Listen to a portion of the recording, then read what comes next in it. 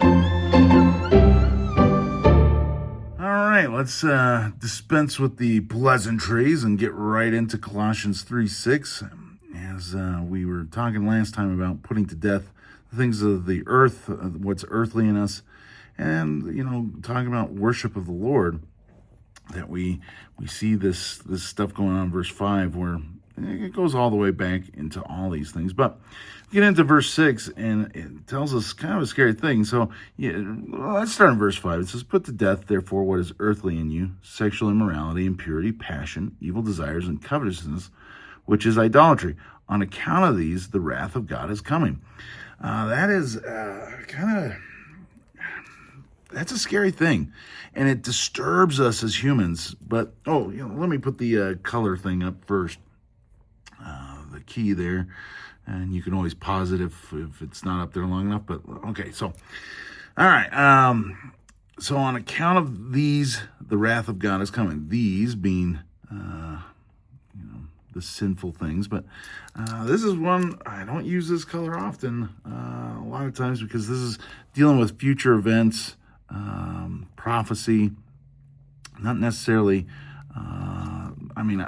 promises are often prophecy and future events too, but that will usually be combined with green as the color of promise, new life, at least in my reckoning.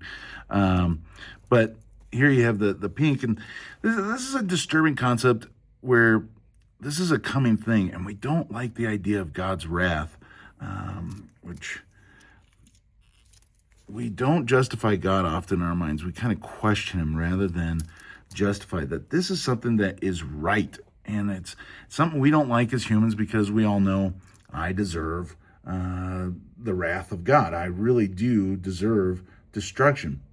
But it disturbs us because if we were really honest about it, we would recognize that this is really necessary. It's not God just breaking forth and just losing his mind and out of control.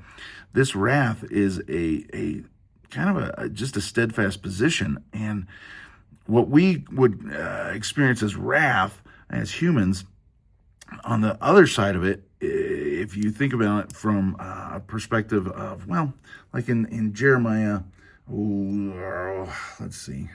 Let me see. I think I did look this up. Where is it? Where did I put that? No. There it is. Jeremiah chapter 9. So, Jeremiah 9.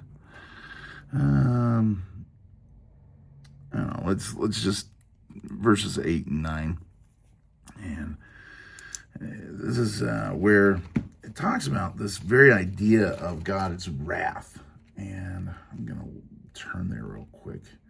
And sorry for the delay, but you can start reading. I'll put it on the screen there. But Jeremiah chapter 9, verse 8.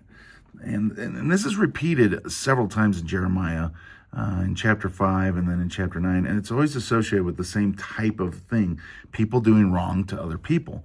And you have it in verse 8. It says, "Their tongue is a deadly arrow. It speaks with deceit. With his mouth, each speaks cordially to his neighbor, but in his heart he sets a trap for him. Should I not punish them for this, declares the Lord? Should I not avenge myself on such a nation as this?"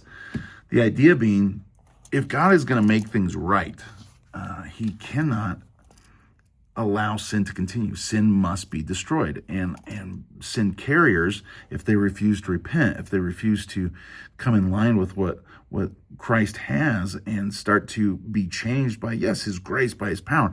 But if we refuse that, all that is left is wrath. All that is left is the correction and the removal of sin. And if we are clinging to that sin, we'll be removed with that sin. So it's on account of these things that the wrath of God is coming. So what should our response be? Put it to death in ourselves. And yet we usually get focused on put it to death in others, when really he's calling each of us to look into our own hearts, our own soul, our own habits, our own life, and put to death what's in us. Not so that the wrath of God won't come. It's coming. But that this death that the wrath will bring, if you see that, the death and wrath, if we put the sin within us, this wrath that puts the end to sin won't be our problem, because we actually are changed. We're transformed, not because of our works, but we're making the effort. And this is kind of this is in I think it's 1 Corinthians 11. I'm thinking it's somewhere around 33-ish, 33-ish, where it says, if we judge ourselves, we would not be judged. This is the same idea. This is a warning to us that there is a correction coming, and it's going to be wrath for us. But this is a very righteous, true judgment, and it is correcting what is wrong. So he's offering us a chance. He's offering us the participation with him in correcting our own hearts, rather than just him having to come and judge us or correct us. We get to participate. And when you participate, it's hard to kick against the goads, as it talks about in Acts. And here we don't kick against the goads, then the wrath of God doesn't have to come, because we have already participated in putting to death the sin within us. So therefore the wrath doesn't have to come. So again, a real quick look. We'll get into verse 7 in the next one.